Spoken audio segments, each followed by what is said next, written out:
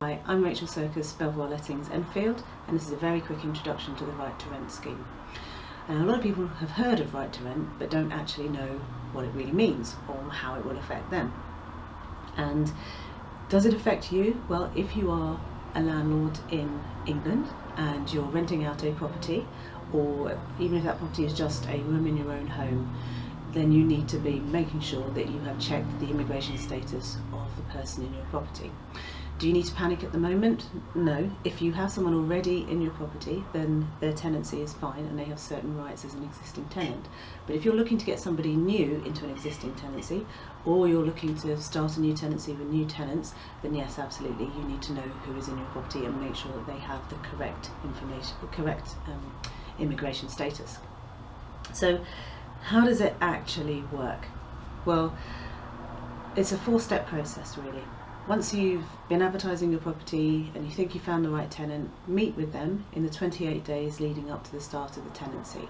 Check their immigration status, have a look at their documents in their presence, copy those documents, and then hold on to those documents for the duration, or photocopies of those documents for the duration of their tenancy and beyond.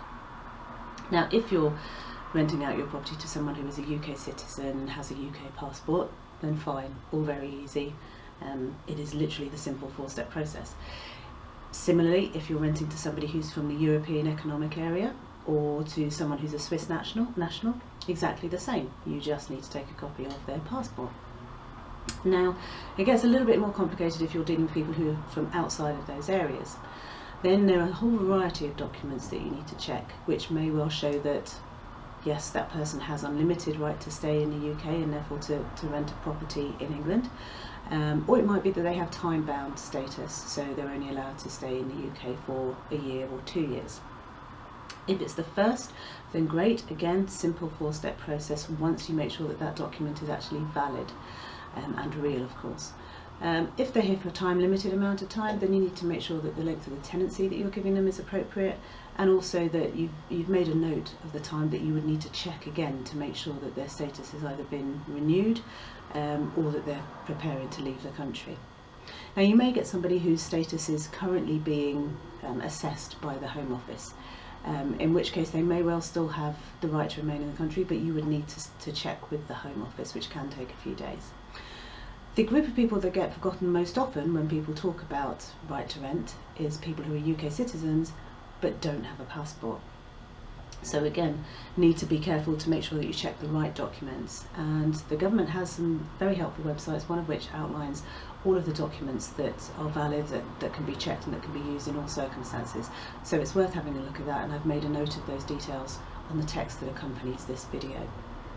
Now, there are certain exemptions to this, obviously. There are, for example, halls of residence for students, which are exempt. Social housing is exempt, and also children. So if there are under 18s living in your property, then you don't need to worry about checking them. You don't even need to check once they've turned 18 unless that tenancy changes or unless they move to another property. Now, how does it work in Enfield? Well, same as everywhere else, obviously. However, Enfield and the rest of London is very diverse in its nature. So you need to be very careful to make sure that you're not discriminating. Although I saw recently that a survey by the Residential Landlords Association showed that 44% of landlords that they surveyed were only looking to accept tenants who had documents that they were familiar with. Could be particularly tricky in an area like Enfield to try and assess people on site as to whether they would have a document that you understand. You need to be really, really careful not to discriminate. And as I say, you could be discriminated against someone who is a UK citizen but just doesn't have a passport. So that's a very top level overview. There is obviously a lot more to it than I've identified there. However, as I say, there are websites shown on the text accompanying this video that will show you where you can get more information on how it affects you and what you need to do and where you can go for more information. If you're using an agent, of course, it is possible to pass responsibility to the agent.